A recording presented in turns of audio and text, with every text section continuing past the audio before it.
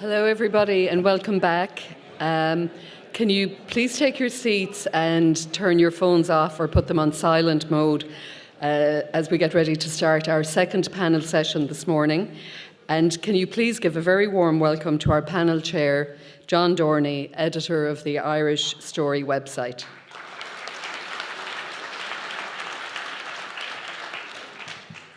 Thanks very much, and welcome back to everybody.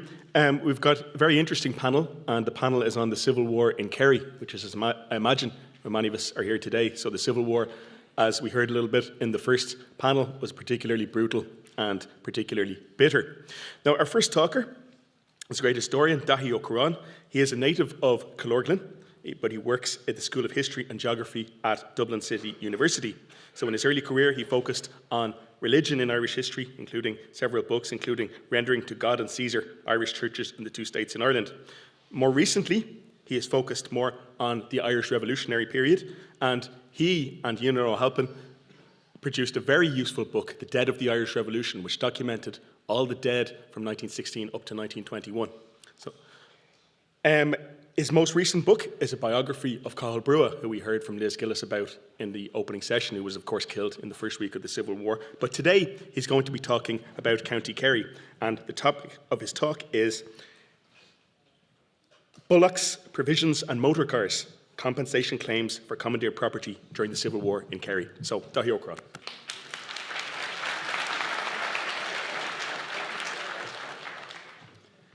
Good afternoon, everybody, and thanks, John, for that warm introduction.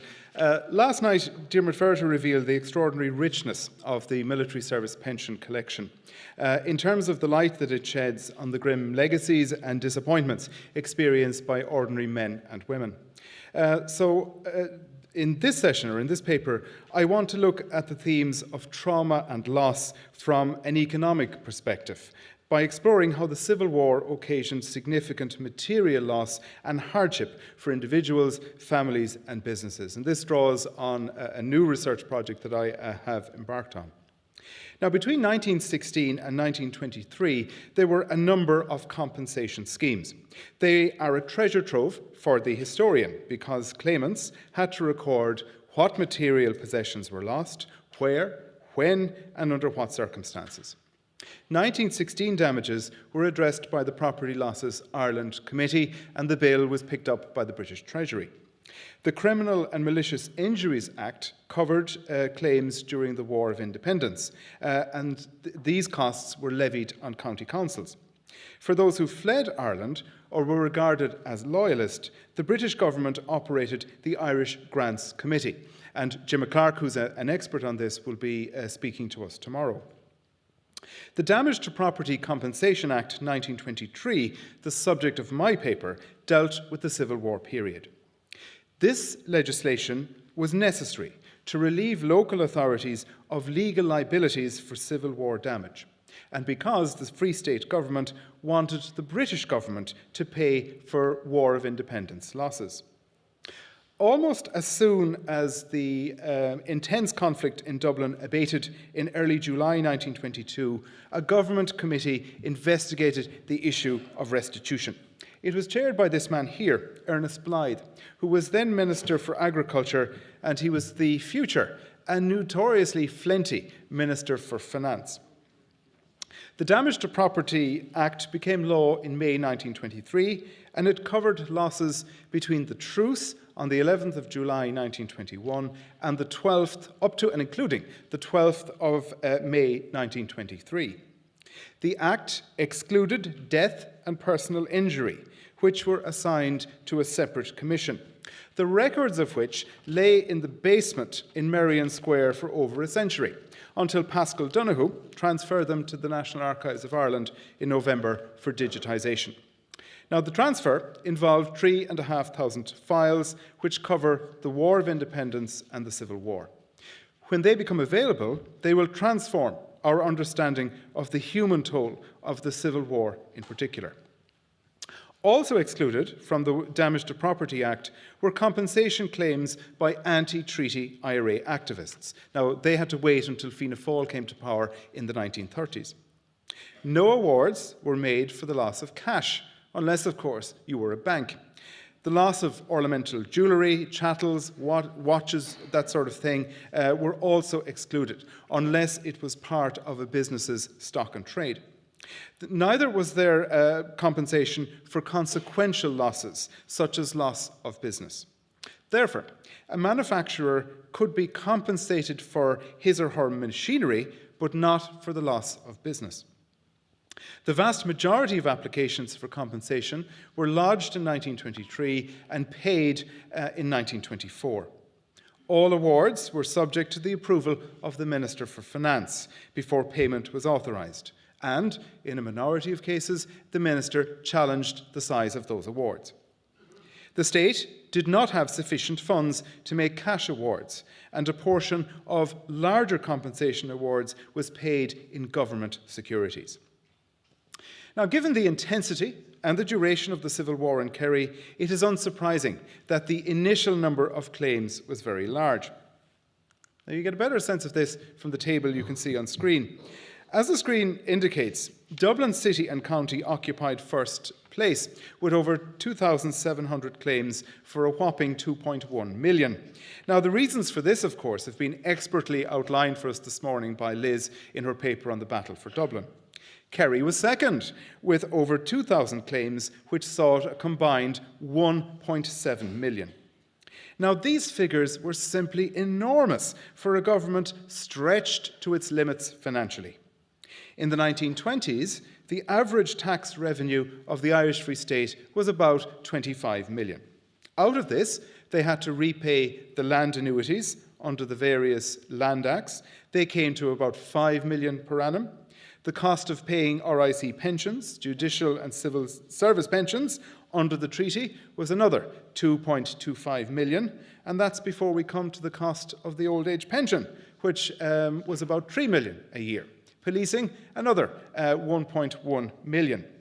And that's before we get to the millions that were required to pay for the bloated size of the National Army before demobilisation. So this is a long-winded way of saying that, given this financial context, the priority for the government in terms of Civil War compensation was to minimise the number of admissible claims and then to minimise the size of the actual awards. Now, a central role in that task of minimisation was played by the state solicitor for each county. They acted in the interest of the government. In June 1923, W.T. Cosgrave set out the bleak financial situation, and he impressed on state solicitors their responsibility to make preliminary investigations and to oppose claims in court. Unlike 1916, when compensation was granted on a similar basis to insurance, the 1923 measure was adversarial, with claims heard before the local county court, which from 1924 became the local circuit court. The system favoured the better off, who could afford to engage a solicitor to present their case. Terence J. Liston, with offices on Denny Street here in Tralee, was the Kerry State Solicitor, and he proved excellent at his job. About 800 claims from Kerry were very, very quickly rejected. A majority of cases were heard by E.J. McElligott, originally from Listowel, who was appointed Circuit Court Judge for the counties of Clare, Limerick and Kerry in 1924. T.J. Liston vigorously defended the interests of the taxpayer and the state. For example, Thomas Brosnan of Lackfooder in Castleisland sought £80 for a rick of turf that was destroyed in June 1922. Liston argued, and did so successfully, that the basis for compensation should be calculated only on the cost of production. The judge agreed, and Brosnan was awarded £32 instead of the £80 that he had originally sought. Now, the judges themselves also criticised some applications. For example, Matthew Sullivan of Drumtacker in Tralee claimed £21 for the destruction of a fence, damage to a horse and furniture in Ardfert. He was awarded just 10 shillings, with his honour remarking that the amount claimed was, quote, ridiculous. Now, the individual claims themselves are absolutely fascinating. They can be divided, I'm going to try and divide them for the purpose of this paper, into the following broad categories. Damage to or destruction of buildings, businesses' stock and trade, motor cars, bicycles, and other modes of transport, livestock, and provisions. And I want to give you a flavour of some of these claims. Many of the claims for damage to houses and business premises pertained to the urban phase of the Civil War in Kerry in August and September 1922, when the National Army captured Tralee, Killarney, Castleisland and Killorglin. And then there was a sort of response from the anti-treaty IRA, which retook Kinmare and attempted to do the same in Killorglin on the 27th of September. Now, in Killorglin, the National Army occupied the barracks. That's the blue building you can see there on screen, as well as some other buildings in the town, such as the Bianconi Inn and the Carnegie Library. The IRA attempted to burrow through houses on Upper Bridge Street in an attempt to take the barracks. Okay, so that's Upper Bridge Street, and the house we're really interested in is the orange building next to the barracks. That was the home and the small shop of Hannah Dodd, a widow in her late 60s. A mine was placed at the party wall between Mrs. Dodd's house and the barracks, but the explosion blew back into Mrs. Dodd's house and destroyed it. On the 13th of December 1922, Mrs. Dodd made a claim for £1,277 for structural damage to the building and almost £400 for the looting of the contents of her home and shop. Now, judges had the power to attach full or partial reinstatement conditions to some awards. Full reinstatement meant that the new or repaired building had to be of the same character as the building that was damaged. And in Mrs. Dodd's case, a decree was issued in November 1923 for £730 plus £18 in cost with a reinstatement condition. So £580 had to be spent on rebuilding or repairing her property.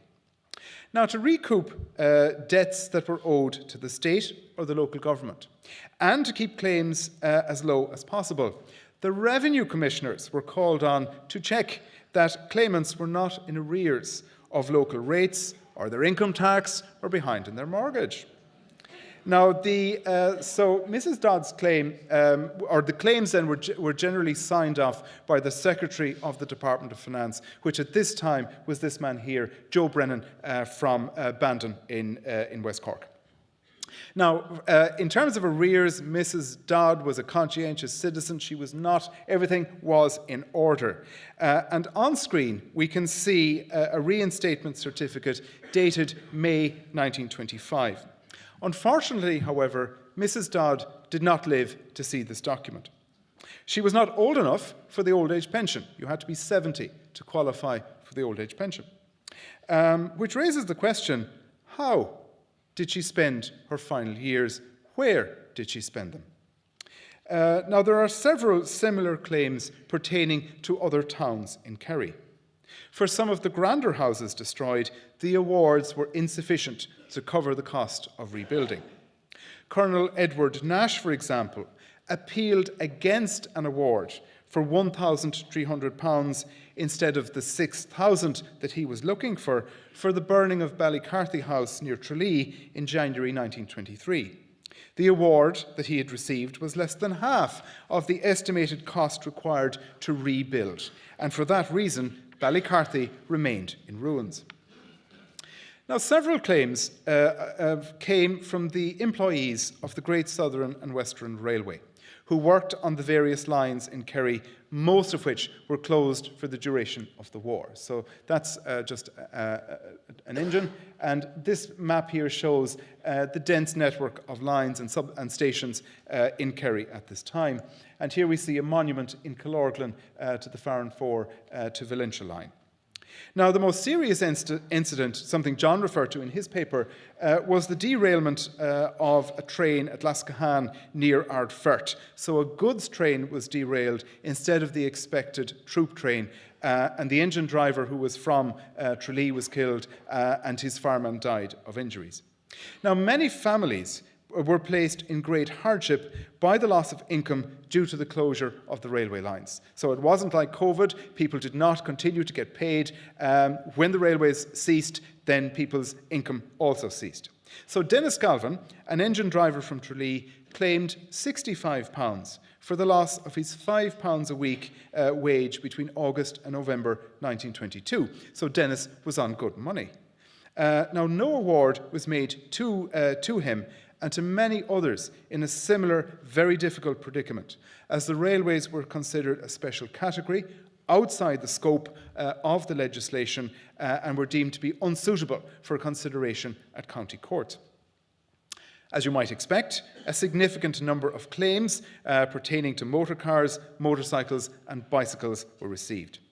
Modes of conveyance commandeered by the National Army were sent to the Commandeered Motor Vehicles Adjudication Committee at Army headquarters.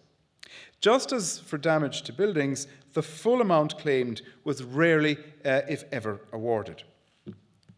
Now, Michael J. Sullivan of Carsaveen applied for £360 for his bright blue Maxwell motor car, just like the one you can see on screen, which was seized in Carsaveen in July 1922.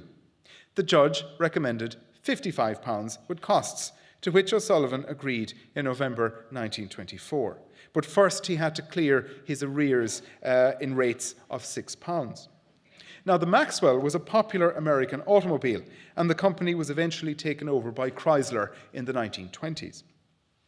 A newer Maxwell, an 18-horsepower model belonging to John Foreman of London and Cork, was taken from the garage of this fine hotel at Park Nasilla.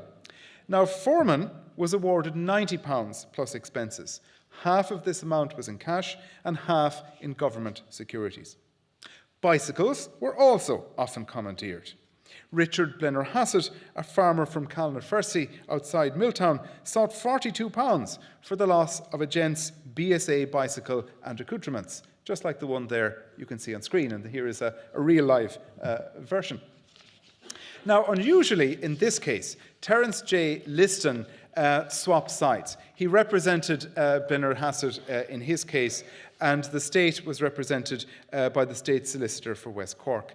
And this was worth it for Blennerhassett. He received £25 plus costs of £9. A significant portion of Kerry claims were for livestock, either seized and carried off or killed in crossfire between the National Army and the anti-treaty IRA. For example, Redmond Keating, Honorary Secretary of Tralee Golf Course, secured just over £3 for a sheep killed while it was grazing, minding its own business, on the club's land at Oak Park in September 1922. Michael Jones, a labourer from Ballybunion, was not so fortunate when seeking £15 for the loss of a milch cow on the 12th of September, just like the fine Kerry cow you can see on screen. The animal was killed when the National Army was sniped while performing searches in Ballybunion. Jones's case, and he didn't have the money to be represented by a solicitor, his case was dismissed on the grounds that the crossfire could not be proven, and to compound matters, costs were awarded against the poor man. A sense of lawlessness is evident in the claims of business owners and company representatives. In Kerry, in 1922, there was no such thing as a free pair of underpants.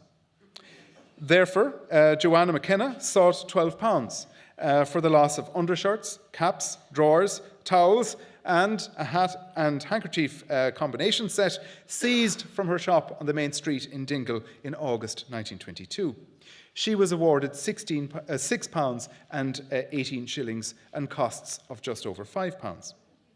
Similarly, James Mulcahy, who owned a boot shop in Killarney, was granted £15 and £8 expenses for the theft of 24 pairs of gentlemen's boots, which were commandeered by the anti-treaty IRA in August 1922. All sorts of foodstuffs were commandeered, and many businesses and companies suffered significant financial losses. Edward Pearson Brown, who was secretary of a well-known biscuit manufacturer, Cars of Carlisle, the same cars that exist today, had no success when he sought £7 compensation for the loss of packets of assorted biscuits in Carsaveen, in what looked like an opportunity crime by a sweet-toothed criminal.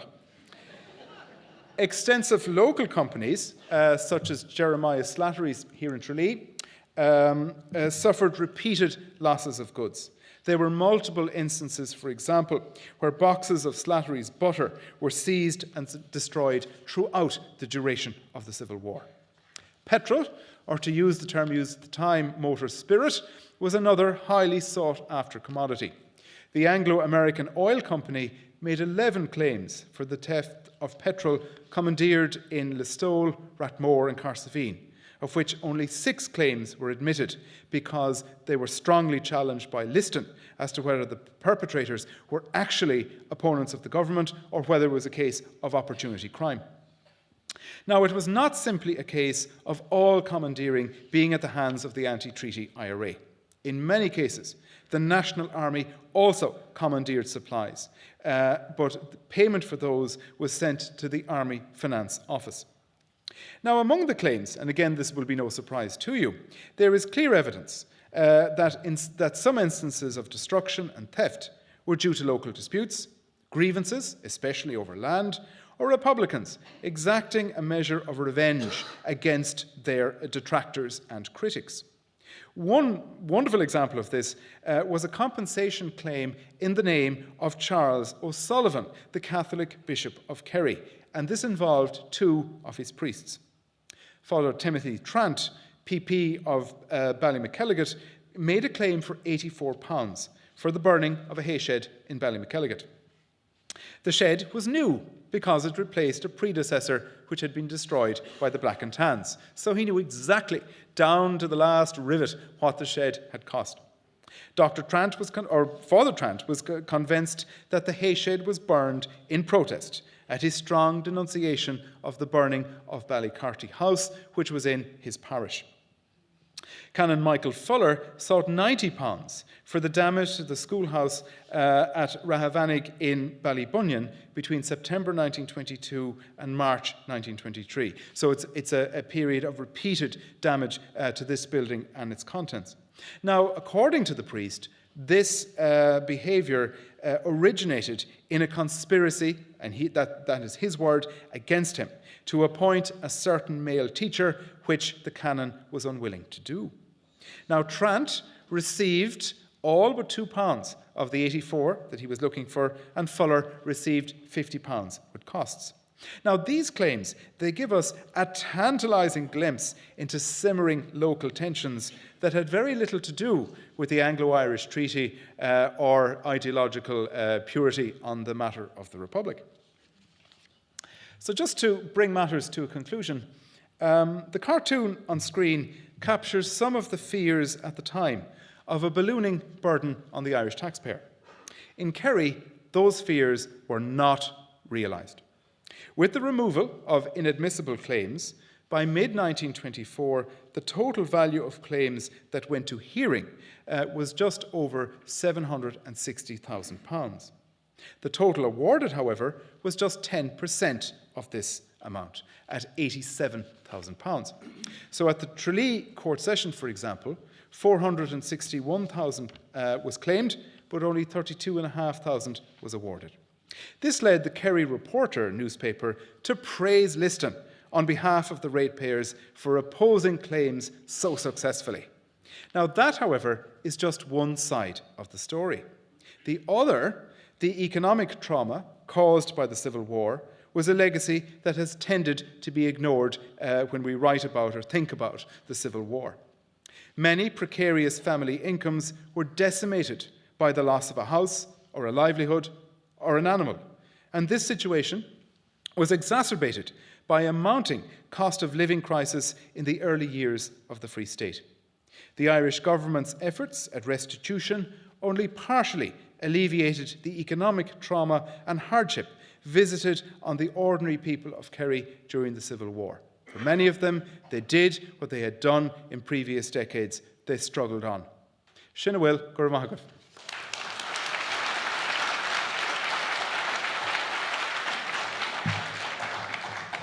Thank you very much, Daithí. And I think that's a reminder that civil war is not only about the fatal casualties and the killing, but also about what an author we have today, here today, Gemma Clark, described as everyday violence.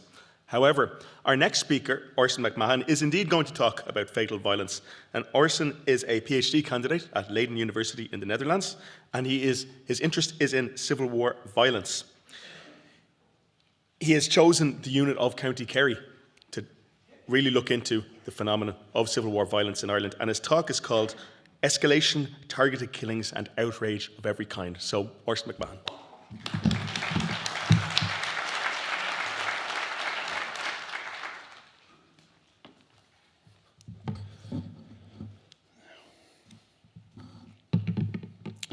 Thank you for the introduction, John. I know time is, as always, a consideration, so I'll just briefly start off by thanking Eoghan, Mary, Bridget, and everybody involved here just for giving me the opportunity to present here today. So what I'm going to look at is the character of the conflict as it was fought in Kerry and how that compares to how it's been portrayed in the historiography. On one side is the idea that the conflict has been perhaps exaggerated or overstated. Tom Garvin, for example, called it half-hearted, rather like a large riot, while the violence in Kerry is often described as no more than exceptional incidents. On the other hand, John Regan has described the conflict as a war of annihilation, and Kerry's Civil War violence has also been described as more vicious, bitter and protracted than anywhere else in Ireland. So how might we reconcile these seemingly conflicting viewpoints? The case for arguing that the conflict is overstated has been almost exclusively made using quantitative and comparative evidence. In the first instance, the relatively low death toll of the conflict is often cited. And while there's still no absolute clarity on a figure, reliable estimates range between 1,500 and 2,000 to 2,100 killed. We can see from the table here that even at its higher estimate, it was considerably less lethal than other well-known civil conflicts, both in aggregate and per capita numbers. If we look at the example most frequently cited in the literature, that of the Finnish Civil War in 1918, then we also see a significant lag with the Finnish conflict 8 times more lethal per capita. If we look specifically at Kerry, we see the per capita figure is slightly higher than the national average, but perhaps still not what we might expect if the conflict really was significantly more brutal here than anywhere else. If we look at the next slide, we see the trajectory of violence in Kerry. From the data, we see that violence was sporadic, with almost every increase in activity followed by a decrease. Peter Hart argues that the direction of violence, rising or falling, is as important as absolute numbers of casualties, and the ebb and flow we see here suggests a sense of drift for most of the conflict. There's only one period, which is highlighted in yellow, that qualifies as escalatory. By that we mean a period when the conflict's violence experienced a significant and sustained momentum change. And that was from January through March 1923, when the National Army intensified its killing. So again, these patterns don't suggest anything extraordinary with regard to the intensity or the velocity of the conflict's violence in Kerry. In addition to these points, there was an extremely low rate of attrition amongst civilians, it's been mentioned earlier, during the conflict in Kerry, and there was no evidence of any systematic ethnic or sectarian targeting of civilians by either side. Other anecdotal evidence from the period suggests that large swathes of daily life continued as normal. One contemporary newspaper report noted in October 1922 a month that saw 15 conflict-related deaths in Kerry. In Tralee, peace reigns. Social life is again starting in the town. The golf links are becoming more frequented, and there are rumours of dances and the streets are full. So the comparatively low rate of lethality, the languid trajectory of the conflict's violence, the lack of violence directed against civilians, along with the impression that many aspects of daily life continued on as normal, certainly challenges the idea that the Civil War as fought in Kerry was more ruthless or brutal than elsewhere. So what evidence is there to support the idea that the conflict was more brutal in Kerry? Well, I would suggest that we might find the answer not in absolute terms, but in the character of the conflict, in the forms of violence that each side generated and the way that it was experienced by either side. I would argue that most of the violent killings in Kerry did not conform to what was considered acceptable violence, and using the results of a quantitative analysis of conflict-related violent deaths, I'll try to demonstrate some of the reasons that this might be true. So why use violent deaths as a metric? Well, violent deaths imply a minimum threshold of violence, and they have similar results, obviously, making them reliable for comparison. I would also argue that they open a unique window to the character of any conflict from the perspective of those most intimately involved, the combatants. As Joanna Burke has argued, for politicians and historians, war may be about the conquest of territory or the struggle to recover a sense of national honour, but for the men on active service, it's simply concerned with the killing of other people. We can examine violent deaths to see to what degree they've violated contemporary moral codes. I would argue, for example, that both sides consider deaths incurred during what I would call traditional military activities, battles, roundups, as acceptable, especially if the person killed had a chance to defend themselves or to surrender. How can we actually know what either side considered acceptable violence? I would argue that we know from how those who experienced it reacted to it. I would argue that we know from how those who experienced it reacted to it. The National Army, the government, opposition parties, press, they were unified in their condemnation of IRA tactics such as ambushing or the killing of soldiers performing non-military duties, with Richard Mulcahy directly referring to these types of killings when he stated in the Dáil, "The irregulars in Kerry have stooped to outrage of every kind." The IRA, for its part, condemned executions, official and unofficial, with Todd Andrews later writing that the net effect of the executions policy in this case was merely to intensify my hatred of the enemy. Even 10 years after the conflict ended, it was possible to still detect residual bitterness in many military service pension applications for IRA men killed in Kerry, as we can see here from this example.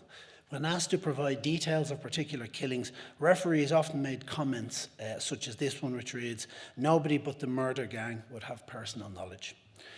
So what we see then is a definite sense in how both sides reacted, that certain forms of violence violated commonly understood boundaries, expectations and standards.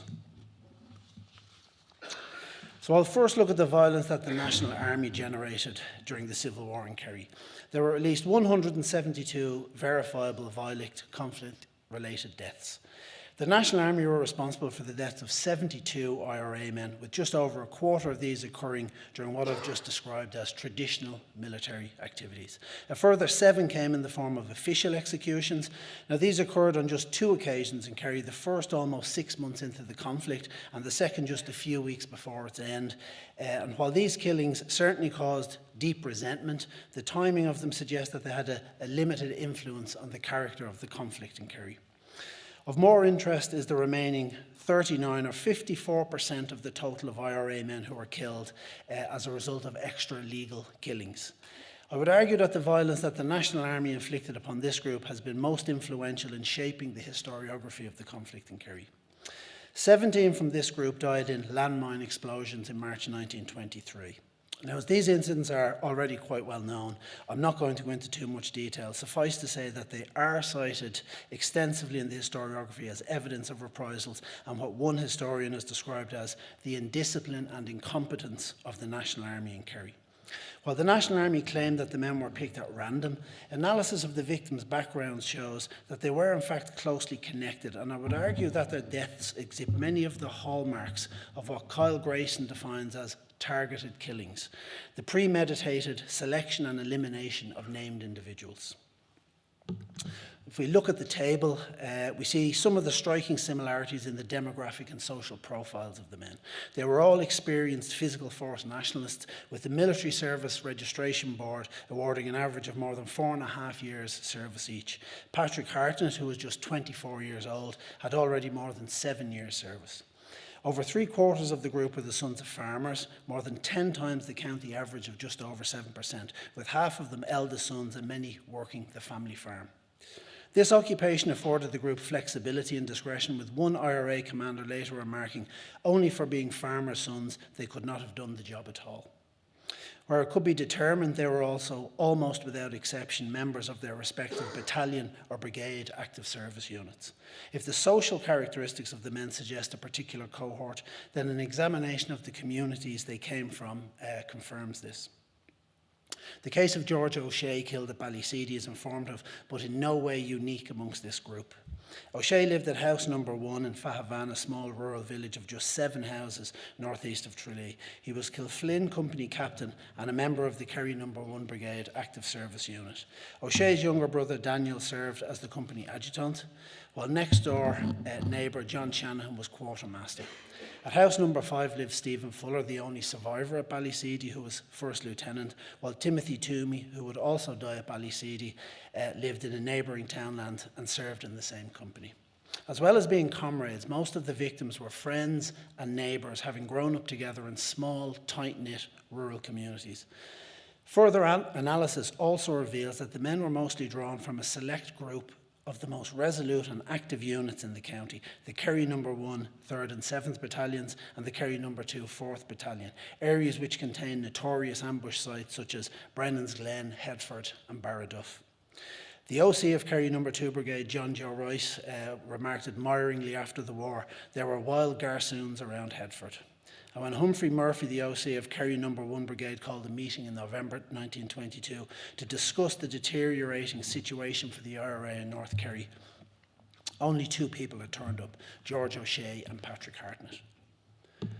We can see then that these men fit a very narrow and particular profile, with the Army later describing them as some of the most inveterate and irreconcilable opponents of the government. Grayson describes the function of targeted killings as a tactic that seeks to shape social orders as part of wider pacification programs. And in the weeks that followed, the IRA's offensive activities in Kerry virtually ceased, with National Army reports triumphantly noting that the morale of the regulars is sinking to a low level as a direct result of the killings. IRA officer John Canam would later confirm this, alleging it was done pure and simple to stop our activities. Alongside these high-profile killings, the historiography also alludes to a low-level yet persistent campaign of extra-legal killings by the National Army that spanned the conflict. The evidence confirms this, with the remaining 22 extra-legal killings occurring between the 21st of September 1922 and the 13th of April 1923. Of this group, about 60% died during what we might call hot-blooded killings, committed spontaneously and with little evidence of planning or organisation. IRA Captain Frank Grady, for example, was part of a large group of suspected IRA men rounded up at Glenbeigh in 1923. He became involved in a verbal altercation with a National Army officer who promptly drew his pistol and shot him twice in the head at point-blank range. To add to the sense of volatility and unpredictability, National Army soldiers were often intoxicated during these encounters. William Harrington was shot dead during a raid in Tralee in December 1922, with the coroner's inquest finding that he was killed deliberately and without justification by a National Army officer who admitted being under the influence of alcohol. Despite there being many witnesses, none of these instances or many others like them resulted in disciplinary action being taken against National Army soldiers. The remaining 40% of this group were killed in what we might call cold-blooded extra-legal killings, which occurred after the victims had been in custody a significant amount of time, exhibiting greater elements of organisation and premeditation. Cases like Daniel Robert McCarthy, arrested near Dingle in March 1923, beaten and tortured for 3 days before being shot dead, illustrated the often protracted and deliberate nature of these killings. The landmine killings of March 1923 are often referred to as exceptional incidents, but even if we exclude them, the National Army still killed more IRA men through extra-legal killings than it did during traditional military activities in Kerry. This analysis confirms that the majority of the violence that the National Army generated in Kerry was arbitrary, callous, and outside the contemporary scope of what was considered acceptable violence. Next, I'll look at the violence that the anti-treaty IRA generated during the conflict, which I would argue on the whole has been treated somewhat more sympathetically and often focuses on economic aspects such as their destruction of property and transport infrastructure in Kerry. Of the 70 National Army soldiers killed by the IRA in Kerry during the Civil War, over half were killed during ambushes, instances in which troops were surprised by attackers from concealed positions with no warning and no opportunity to defend themselves or to surrender. IRA ambushes like the one on a military convoy near Killarney in September 1922 give us an idea of the levels of violence employed. A contemporary newspaper reported the attackers swept the lorries with heavy fire from machine guns and rifles at close range. from both sides of the road and without any warning as the convoy passed through, resulting in the deaths of 2 soldiers and 7 wounded. It wasn't unusual for the National Army to be ambushed repeatedly like this while moving around, with one patrol from Castlemaine to Tralee, a distance of around 16 kilometres, ambushed at 5 different points, again with a number of soldiers killed and wounded. The IRA also ambushed and killed National Army soldiers while they fulfilled secondary duties, for example, escorting food convoys or providing security for banks or courthouses, tasks which it was felt may have exempted them from attack. The most controversial killing of soldiers performing secondary duties was probably the killing of Red Cross men, the target of which was such a constant feature of the conflict in Kerry that one contemporary newspaper dubbed it the Republican hobby in Kerry. In total, 14 soldiers, or almost 1 in every 5 of the total number killed by the IRA during the conflict, were killed while performing secondary duties. The next category we'll look at were those National Army soldiers who were killed whilst off duty, men who were unarmed and posed little immediate physical threat to the IRA. Killings like those of Cecil Fitzgerald and Joseph O'Mara, already mentioned earlier, in Killarney in August 1922, who were ambushed and shot while visiting a religious site on a day off. These were the first of 6 such killings of off-duty soldiers that would occur in the county. And these types of killings were especially contentious, even within the IRA itself, with Liam Lynch ordering a halt to such killings as early as September 1922, recognising the damaging effect that they had on the IRA's public image. The IRA was also prepared to use barbaric and inhumane weapons. The killing of 5 National Army soldiers at Knocknagoshel in March 1923 with a landmine caused controversy and reaction.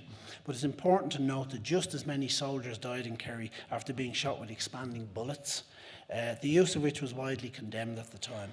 Soldiers like Private James Byrne killed in an ambush near Lisdall in October 1922, with reports noting that his corpse was practically beyond recognition. His face was swollen twice its ordinary size and was quite black. In total, some 57% of the National Army soldiers killed by the IRA in Kerry died in such controversial circumstances. These killings often precipitated reprisals, with analysis showing that over half of the subsequent extra-legal killings that the National Army committed were direct responses to killings such as these. Also of interest is the chronology of the IRA's violence. If we take the first confirmed extra-legal killing by the National Army in Kerry as a starting point on the 27th of September 1922, we can see it on the graph, that the IRA had already killed 16 National Army soldiers in controversial circumstances, just under 40% of what would be the final total of those killed in this manner. So the implementation of these tactics was not any act of desperation nor a reaction to a declining military outlook or a response to any National Army escalation. If we look at the chart again, then we see that the early months of the conflict through to December 1922, the time when the IRA were at their strongest in Kerry, was also the time when they were at their most ruthless. So what can we conclude from all this? Well, the purpose of this paper has been to try to see the degree to which the violence which constituted the Civil War in Kerry conforms to descriptions which posit it as more brutal, vicious and protracted than anywhere else in Ireland. What we have seen is that the violence which both sides perpetrated was modest in comparison with other civil conflicts and with little in the way of sustained escalatory patterns. However, much of it did still violate contemporary moral codes around what was considered acceptable violence. The National Army engaged in targeted killings, impromptu killings, premeditating killings, with a majority of the deaths that it was responsible for extra-legal killings. It was also the only side which demonstrated an ability to escalate its violence. In its defence, the evidence shows around half of extra-legal killings were direct responses to IRA violence, demonstrating a reactive nature to their actions. This notwithstanding, William Holden argues that state terrorism is one of the most nefarious kinds of terrorism, frequently involving the use of extra-legal killings. And if this is so, then the National Army's campaign in Kerry was largely one of terror. For its part, the IRA was not reluctant to employ controversial means to kill either. While the evidence demonstrated an inability to escalate its violent killings, they still killed almost 57% of National Army soldiers in controversial circumstances, representing an almost identical balance of abuses with the 54% of IRA victims of extra-legal killings. It's also been demonstrated that the IRA were the initial drivers of controversial killings in the county and had committed a significant number before even the first extra-legal killing by the National Army. I would therefore argue that the civil war in Kerry was indeed brutal, vicious and protracted. However, the evidence as presented does not demonstrate conclusively whether it was more brutal and vicious than anywhere else in Ireland, a question that I'm attempting to address in my current PhD research, which will compare the conflicts violence across a number of counties. This concludes my presentation. Thank you for your time.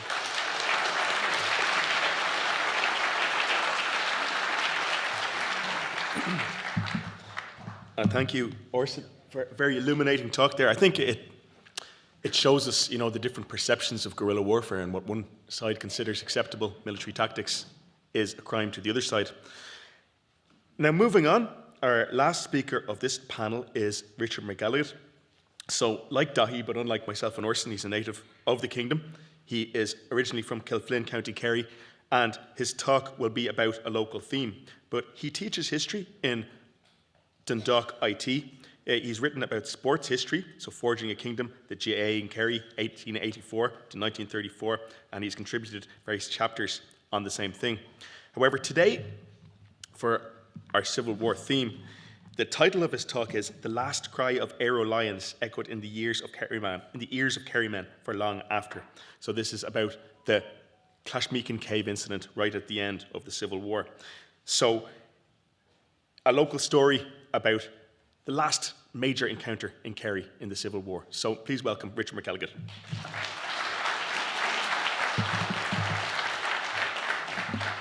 Thanks, John, and thanks to all the organisers. Great to be here today. It's a bit more about Kilflynn in general than just that. But Kilflynn, if you don't know, is about 7 miles out that way on the Listowel Road. So if you're driving along the N69, you'll see the signpost for the turn off to the left. And from the road, you'll see the village rising up from the shallow plain of the Shannon River. Now, I believe we're all products of where we come from, and the places we're born and raised in leave these indelible marks on us. And I've no doubt that my love of history, and in particular my fascination with the Irish Revolutionary era, is down to being from Kilflynn, because my small village's history is interwoven with the bitter legacy of civil war. And growing up, you could still sense its nebulous shadow clinging to my locality. This history was, from a young age, very tangible to me. And that's why when I first began teaching about this era at third-level institutions like UCD and later DKIT, I was a little bit shocked by how little students seemed to know or understand about the Irish Civil War. There is perhaps an understandable detachment to the Civil War in places like Dublin or Louth that just doesn't exist somewhere like North Kerry, even a century on. So what I'd like to do today is discuss the Civil War's impact on this community of around 124 people as it was in 1923. Now, the great historian of civil wars, Stathis Calivas, reminds us that such conflicts are often the cruelest because at a micro level, the violence engendered often results from local factors that drive the struggle's dynamics. I therefore believe Kilflynn's experience can, in many ways, be seen as a microcosm of the complex effect and legacy the Civil War had and left on Irish society as a whole.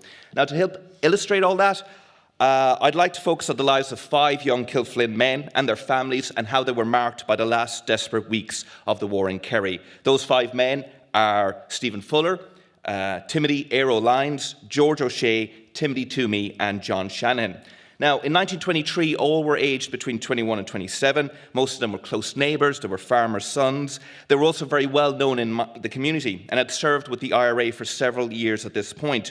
Indeed, from a young age, O'Shea and Lyons were recognised locally as leaders. In 1916, O'Shea founded and captained the Tullig Gamecocks, who won Kilflynn that year's Kerry County Hurling Championship. A year later, O'Shea was elected captain of the newly formed Kilflynn Company of the Irish Volunteers. His teammate Fuller, along with Lyons, Toomey and Shanahan, enlisted with him.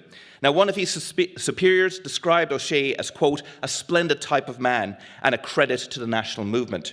Lyons, meanwhile, was recalled by those who knew him as someone who was uncommonly brave, lean, hardy, and being an expert marksman. And of course, his evocative epithet, Arrow, was derived from the reputation he earned during the War of Independence of suddenly arriving at an engagement as if from thin air.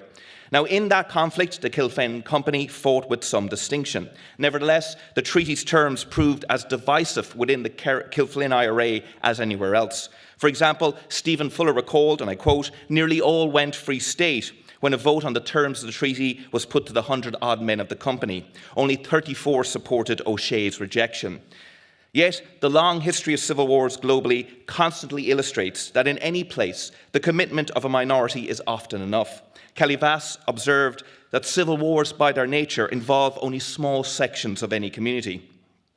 Now, following the National Army's sea landings in August 1922 and their takeover of the major urban centres across Kerry, O'Shea's company was engaged in the increasingly desperate guerrilla war that played out across the county against the enemy, I should say. But of course, that perceived enemy was also on their doorstep. A fascinating illustration of this and a fascinating illustration of how the conflict was fracturing communities like Kilflin came actually on the 4th of September when the national press reported on a proclamation found posted up around the village. You can see it here on the slide. Signed by O'Shea, styling himself as the competent military authority, it declared that, quote, "drastic action would be taken against the local priest, Father O'Sullivan, and any persons, and I quote, who assist in establishing British authority under the guise of Free State in Ireland." Now, Father O'Sullivan was accused of, quote, overstepping his sacred office by using the altar to make, and I quote again, incendiary statements calculated to cause serious disaffection among the loyal supporters of the Irish Republic. Now, I think such activity is a stark demonstration of what Dr. Gemma Clark found was the common tactic of non-lethal social violence used to intimidate and impose control at a local level in the Irish Civil War.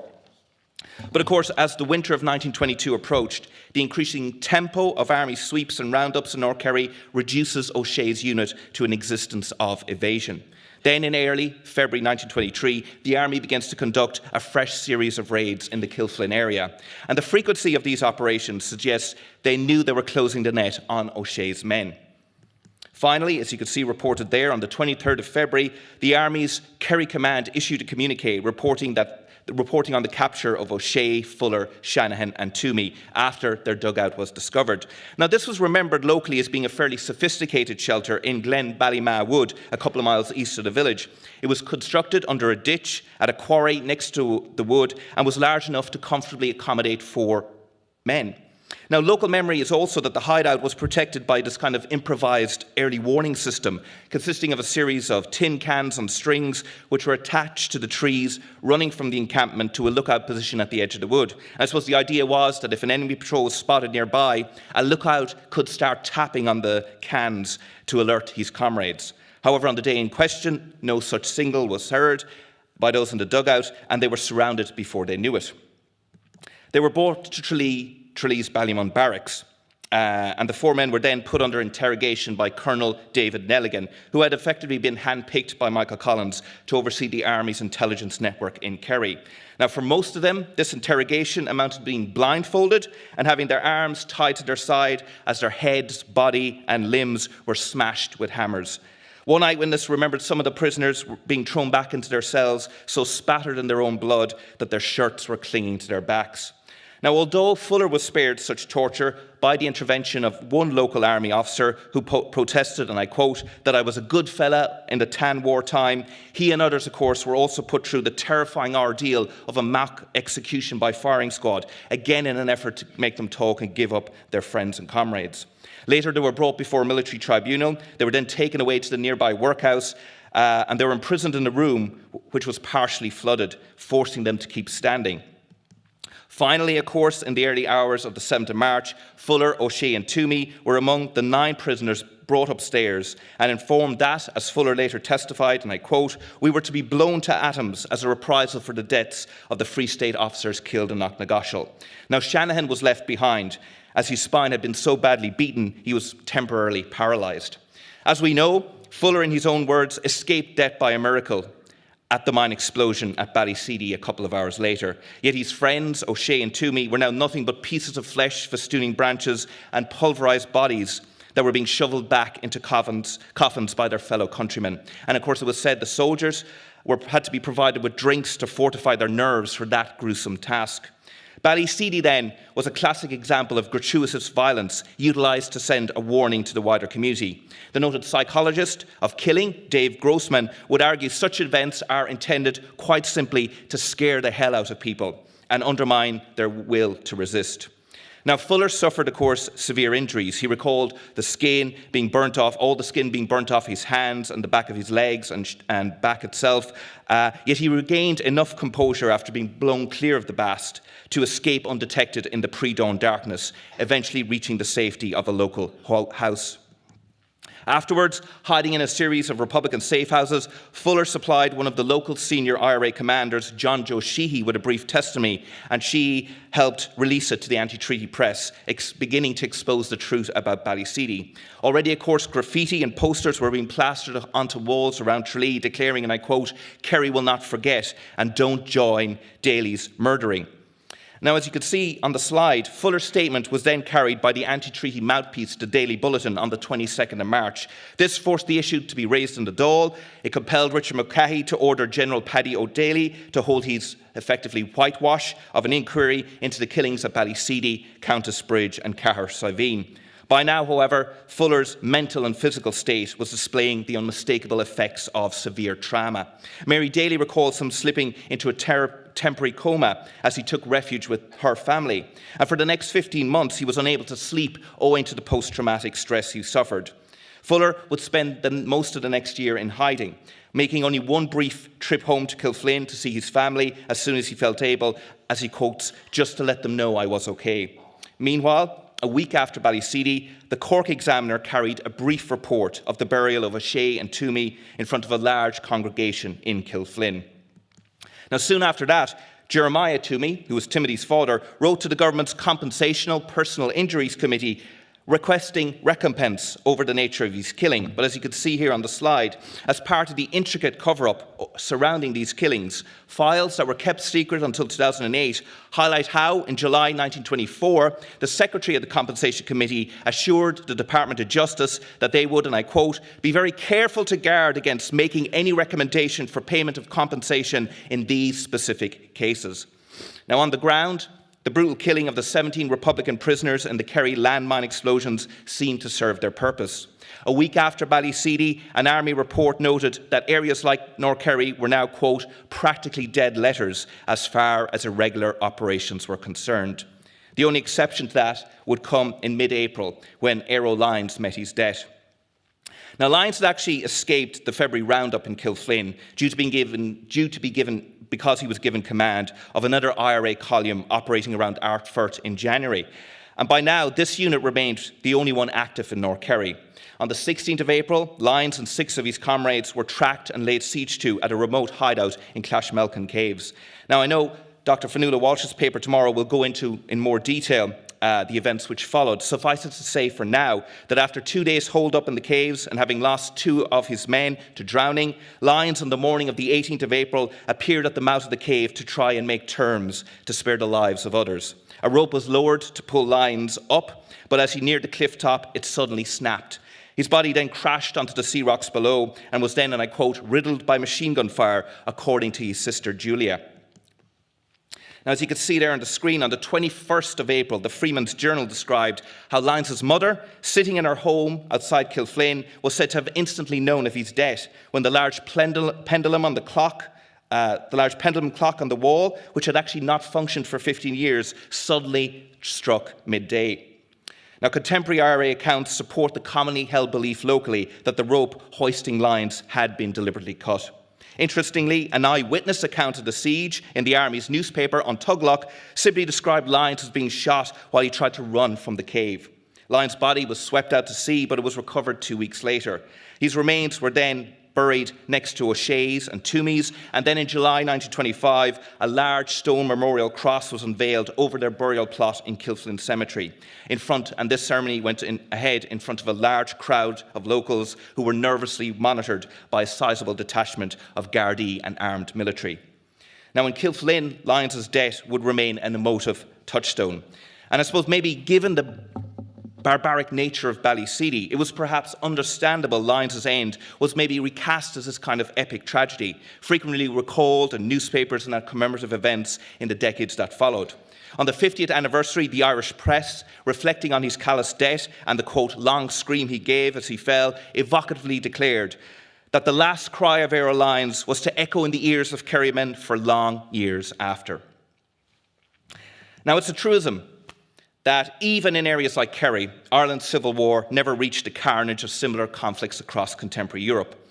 Yet the resonance the civil war retains in Irish life is not reflective of any body count that was produced. It's rather because of the nature of these killings. Anne Dolan has recently cautioned against imposing what she called a hierarchy of killing to downplay the civil war's impact here when crudely matched to bloodier struggles abroad. And that I would argue the deaths of O'Shea, Toomey and Lyons would have left a void every bit as bitter in a small village like Kilflynn than thousands of dead would in another country. Likewise, the physical ending of the Civil War could not hope to dissipate the communal anger and resentment the conflict generated there. For example, in April 1924, a local was grievously assaulted by a gang of 6 in a local pub in Kilflynn. Those men entered the premises with a member of the Gardaí who had availed of a lift in their lorry. On seeing his uniform, the local called him, and I quote, nothing but a black and tan. He was immediately attacked by the gang, some of whom were former National Army soldiers. And of course, for years after, some locals who had backed the Free State were determined to abuse the latitude this now seemingly afforded them.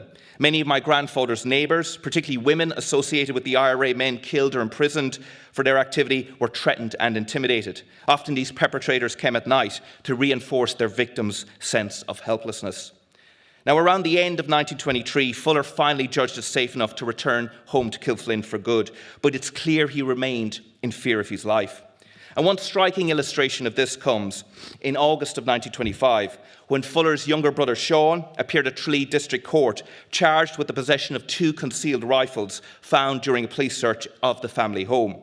During the court hearing, Sergeant Kerwin confirmed his men had initially come to the house inquiring after Stephen Fuller before then searching the premises. Now, latching onto this, the accused solicitor pointed to Stephen Fuller in the crowd and protested to the court that, quote, he's constantly under the impression that something else is going to be done to him.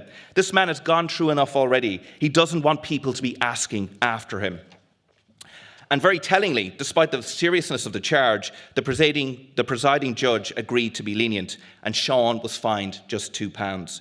One can't help but think the judge felt that maybe the Fullers had suffered enough at the hands of the authorities at this stage.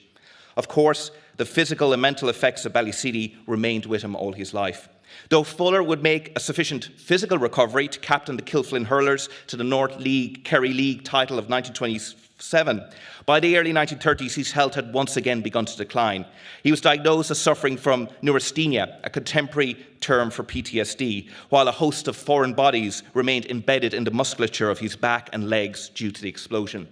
He was eventually awarded in 1933 a wounded pension of over £52 a year.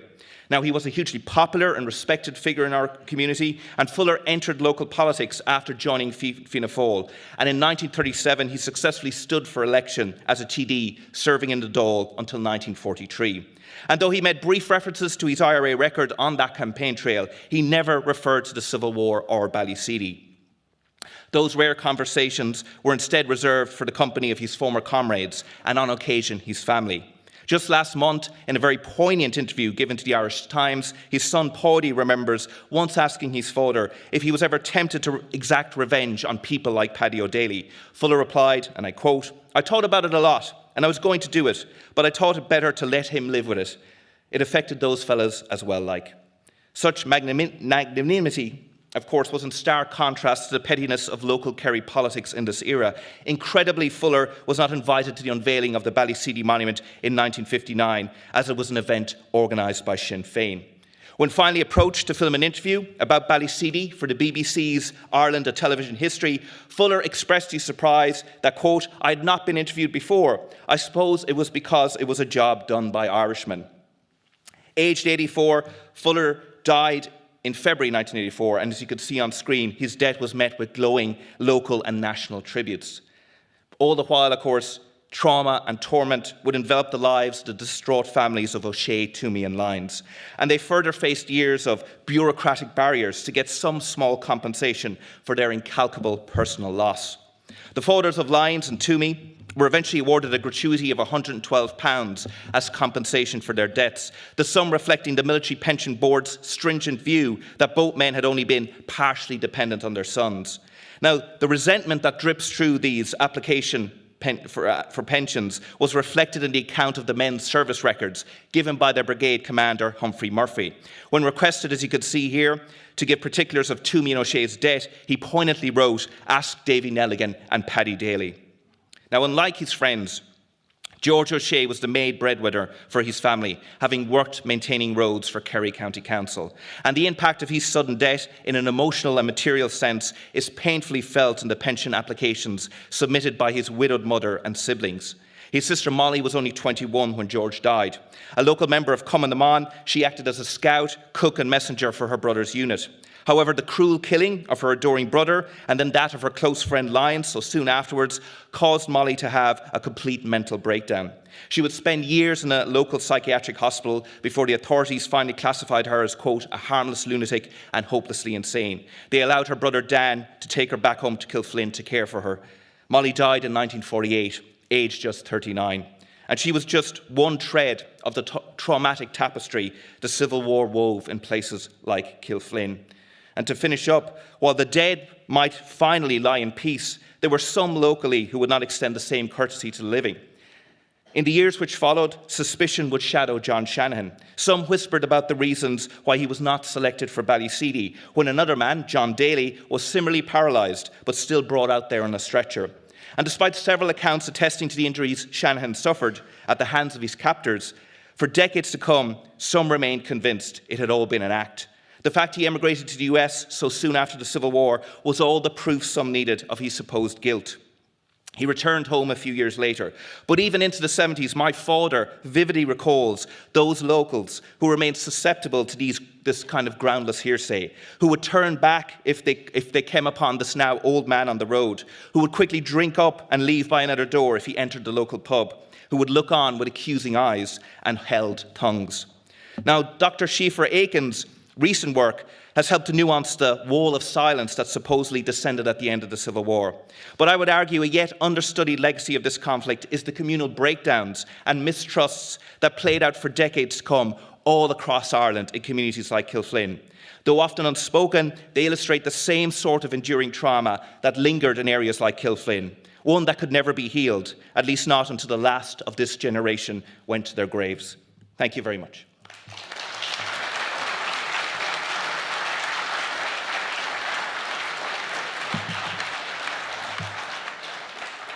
Well, thanks very much, Richard. And I think that was a very visceral and emotive look at the impact of the Civil War locally in a place like Kilflynn. And I think you'll agree with me also that we had three very good papers here that really explored, in detail, the Civil War in County Kerry. Now, we have about 20 minutes for questions. I'm going to request a microphone be brought up for our speakers. Oh, we have it there, okay. So I'll ask you to raise your hands if you have a question. And two little provisos, I'm sure you'll all be fine with, is first of all, wait for the microphone. And secondly, please ask your question as a question. Okay, hands up, please. Yeah.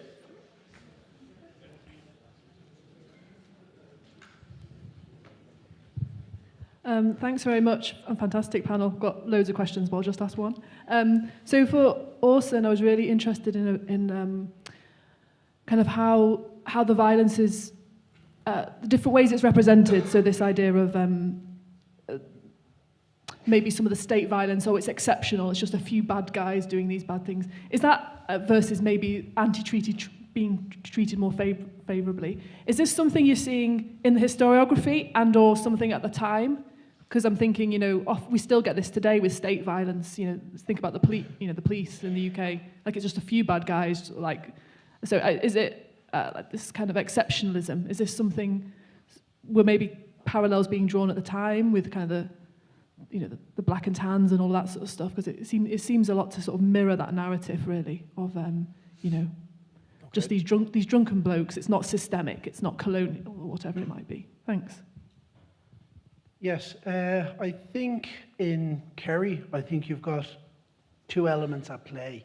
I think earlier there was somebody made the point of General W.R.E. Murphy. I think it was John actually, and he quoted him as saying that he needed some Oriel House men sent down. Ewan O'Halpin, I think, has done some work on that, and I think a quote that sticks out to me when he talks about Oriel House men, he says they were doers, not talkers, specialists in clandestine assassination. And I think you had an element, whether they would strictly be classed as National Army or whether they would be intelligence operatives that worked in Kerry, and the same names crop up with most of what I would class as the more focused, targeted killings. Gaffney, Ned Breslin, Culhane, and they're the same people that are at either directly orchestrating the murders or they're present at the murders when people are arrested and taken away. So I think there is an element that there's a hardcore of intelligence operatives working there that are targeting people specifically. I also think that there's an element of what I called in my paper impromptu killings, where National Army officers were challenged verbally or physically by people they were arresting, that situations got out of hand, that people were intoxicated, and they escalated in that moment to a killing. So I do think you've got a hardcore of I would call them intelligence officers operating in Kerry, and they're targeting very particular people. One very good example, and it hasn't been mentioned, I don't think. I think his name was Daniel Murphy. He was killed at Knocknagoshel in April 1923. He was a blacksmith, and he had been involved in the mining of Feenit Pier, and there was, in his military service pension file, his mother and I think relatives denied that he was the one responsible for constructing the mine that was used at Knocknagoshel, but he was abducted from his home again by Lieutenant Gaffney and Commandant Culhane, and they brought him to Knocknagoshel and they shot him dead. But I think you also get a sense there were people killed with a single gunshot wound. This blacksmith, Daniel Murphy, I think there was a poem wrote about him. It's in his military service pension file, and I think he was shot 11 or 12 times. So it's not just the violence, it's the levels of extreme violence that are used in some of the killings, and they serve a secondary function, obviously, to give a message. So to answer your question, in the short term, I think there are two elements at play. I think there's more disorganized, random violence goes on, but I think there is a hardcore of intelligence officers that are working there. I won't say in the background because their names are mentioned in almost every file. They're the people who arrest, and I think you have those two elements at play in Kerry. Okay, Richard or Daithí, do you want to get in there at all? No, Richard? Yeah. No, I think he's... No, good. Okay, next question then. Yeah, go ahead. This one here, please. For excellent presentations all morning. Rory Fink from Mute University. Just my question is in relation to the targeted killings, operationally, did the targeted killing policy work to bring an end to the conflict in Kerry? I know it's a very visceral area, and I'm not asking the question from a moral or a normative point of view, but from the anti-treaty, aka Irregulars, IRA, did the targeted killing policy prevent them from carrying out backlash against the Free State National Army, and ultimately did it deter the anti-treaty IRA to dumping arms in 1923, and also preventing new recruits joining the anti-treaty forces? I'll take that for a second and hand it over. It's a difficult question, because if you're talking about the epicenter of the reprisals is at a time when the conflict is petering out, but there is still those elements in areas like North Kerry, South Kerry holding out. You know, I mentioned airlines and so on.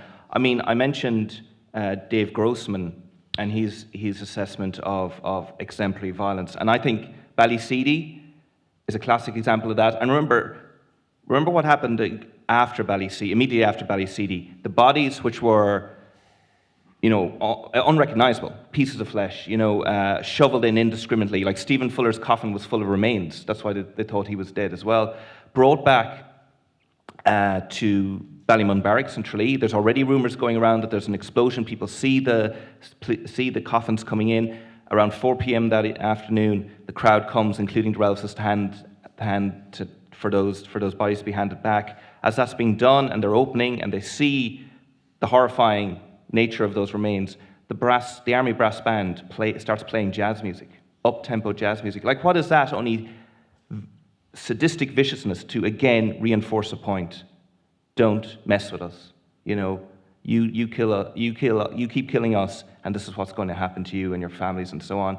And like, when you look after what happens at Ballyseedy, Countess Bridge, outside Carsavine, like I'm sure Orson will say the same. You look at the Army Command, the weekly Army Command reports afterwards, and they say like the violence has stopped. North Kerry, as I said, becomes a dead letter.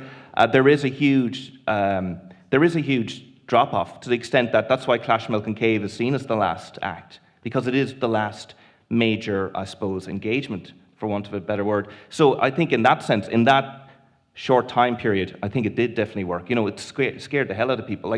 And there was I know in Kilflynn, there was other men still at large immediately after, about a week after they come in voluntarily. Even though they weren't active, they were still, they still identified themselves as the anti-treaty IRA, and it's reported in the press, they come in, put up their hands and say, it's maybe being incarcerated now and maybe hopefully being sent out of Kerry is your best chance of surviving. Orson? To answer your question as best I can, I think the National Army felt that the targeted killings did its job. I think I used a couple of quotes there. There were National Army weekly reports. They're in the Civil War Ops files in the military archive, and you get a sense from reading them. They speak about the level of morale amongst the anti-treaty, the irregulars as they call them, has sunk to a low level as a direct result of the killings. They talk about how the prisoners who are interned at that time, how more and more of them are now signing the undertaking not to become involved in activity anymore. From my own research, violent incidents in the maybe 4 to 6 weeks after that the conflict continued stayed at a similar type of level, but they, instead of being direct attacks on soldiers, what you saw more was long-range sniping of barracks, things that were easy to do and had a very low level of risk. One last thing that I would say about it is, after those killings in March, I'm pretty sure only 3 more National Army soldiers were killed. 2 of them, as Richard would know, were at Clash Caves, and the last one probably maybe goes back to what the question Gemma asked. There was a National Army soldier killed in April 1923. I think his name was Michael Bean. He was ambushed along with another National Army soldier. They had been called to mediate a land dispute, and when they were returning, they were ambushed. And if you read between the lines, it seems as though they were called out to be in a certain place at a certain time, and they were ambushed and fired upon with machine guns, and Michael Bean was killed, but the one who escaped was Lieutenant Gaffney, and he was the soldier who was executed in 1924, having been convicted of murdering, again, another civilian. I think it was around Scartiglin, another blacksmith who had been, his file mentioned him as being somebody who was good at constructing mines. So again, I think you see all these nodes that are interconnected in the county, and Gaffney was the only soldier, only one of 2 soldiers that was prosecuted for what happened in Kerry, and obviously he was hanged in 1924. Okay, Daithí? No, still again, still no. We have a question down here from this gentleman. Just briefly, I want to abuse my position to say, with regard to the question of were reprisals and atrocities and so on effective, You can say that. You can also say that, I think, with regard to the official executions to a degree. It did intimidate people. But I would say look at the regional variations. So like in Kerry and also in Dublin in March 23, you have a big spike in reprisals. It doesn't happen in Cork, and the Civil War ends just the same way. And the other thing I'd like to say is, yes, there's all these horrible reprisal killings, but the average action of the National Army in this period is arrest. It's far, far more common than killing. So you have around 12,000 arrested as opposed to, several hundred killed. Now, we have a question down here. I'm just on. It's just touched on there about the land question. I mean, unlike that was said earlier, there was industrial unrest and there was land unrest throughout this period, and both the IRA and the Free State were in opposition to the farm labourers. It's interesting. I think you said all those ones who were involved in the IRA there who were killed were farmers, and the farm labourers were in direct opposition to the farmers. And the IRA, if you take a guy like John Joe Sheehy, he said they were taking advantage of the situation, the farm labourers. This is when the land trouble went into the Civil War. And he said anybody with a claim from an ancestor who'd been evicted was sticking the boot in. I mean, that's literally what he said. So, I mean, my question is then, is there a crossover? Like Kilflynn, as it happens, was a centre of land agitation around 1919, 1920. And are there links then leading on to these guys? I mean, most of them are the farmers, the farm labourers around there. How do they stand on the situation? And I'll just ask you really those links that went into the Civil War, because land was very much part of what was going on as well, I would say. Okay. So, who wants to take that one? Okay. It's hard at that micro level to get a feel of what individual people in that community are feeling about everything like land. Yeah, but you're right, all across Kerry, as in several counties all across Ireland, there is that land agitation in the back. But like you said, it's not about the tenant farmers anymore. It's about those that felt on the margin, because the land wars and the resolution of the land wars left them still, without anything, and they still kind of marginalised. But again, I see where you're coming from in terms of, can you say that the IRA represent an elite within a lower middle class bracket, working class bracket? Again, I suppose a lot more research needs to be done at a macro level like that. But I mean, I can understand and appreciate your point of the IRA representing something that doesn't maybe represent, even at a local level, so many of those, which would be a kind of rural working class. I don't know if Orson or Daithí has anything else to say. As regards, it doesn't answer to the land question and the tensions that might have arisen from that. But when I make the point that they were farmers' sons and what latitude this gave them, why they were overrepresented in this group, it's from the point of view that as farmers' sons, their job gave them discretion and gave them flexibility where they could be off if operations were being carried out at night. They could be off doing this at night, and other family members could take over the jobs that they would do on the farm. So it gave them flexibility and it gave them discretion. And one thing that comes out of the files when I look at them, when you look at the list of people from that group that served on active service units, only 2 of them were employed at the time, and both of them, I think, left their jobs previous to go on the run with the active service units. So being a farmer's son or an agricultural worker seems to be one of the only occupations that people could do whilst being on active service. So that's sort of the connection there.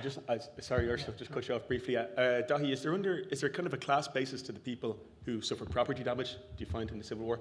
I think to a degree there's a class basis in terms of how successful you are in getting money for your claim. But I suppose just touching on the last question, it's really important that we talk about the deeply traumatic events in Kerry and elsewhere where there is loss of life and what happens to those families.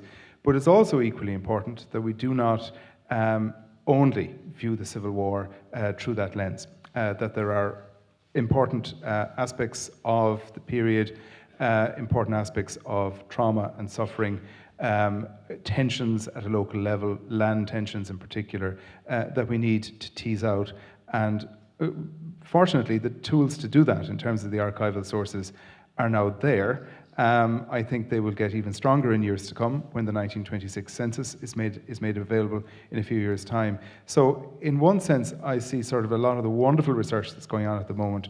It's a beginning, and we're going to know an awful lot more about what goes on in Kerry and elsewhere at an intensely local, granular and kind of micro level.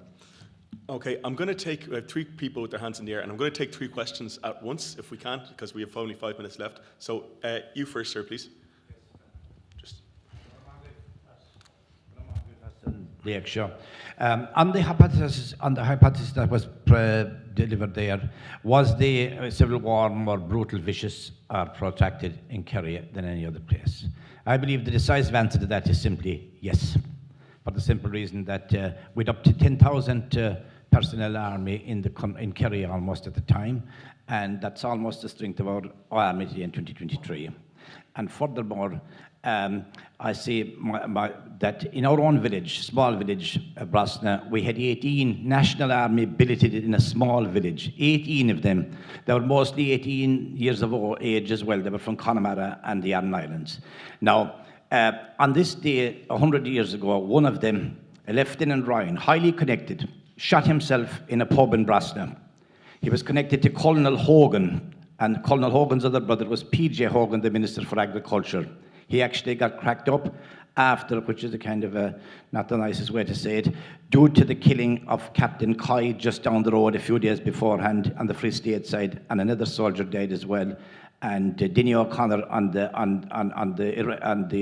on the Republican side died. So I believe in a very small incident, in small area that I have mentioned within days, and it happens to be the centenary of Lieutenant Ryan today, I believe, which is hardly even documented and multiplied in several places, that in the argument for the hypothesis that the Civil War was more vicious, brutal, and protracted in Kerry, I believe it was. Thank you very much. Okay, thank you. And there are 2 more people. So, gentleman up here, I'm going to take your question. Conor Joy Beaufort. My question is for Daithí, and I suppose stems from my own master's dissertation, which looked at the experience of Kerry's Protestant minority from 1916 to 1923. So I would have looked at the compensation files submitted to the Irish Grants Committee for Southern Loyalists. And with respect to the Irish Grants Committee, when looking through those files, I was constantly, I suppose, trying to gauge the extent to which a claimant was overstating their loyalism in order to gain compensation versus those who were genuinely sincere in their loyalist beliefs. So I suppose, Daithí, how do you as a historian handle these types of issues with these compensation files when navigating through your own research? Thank you very much. I'm going to take one more very quickly then. There's a gentleman just down here, a few rows down there. I'm going to give you one question each, folks, I think. Yep, this gentleman in here.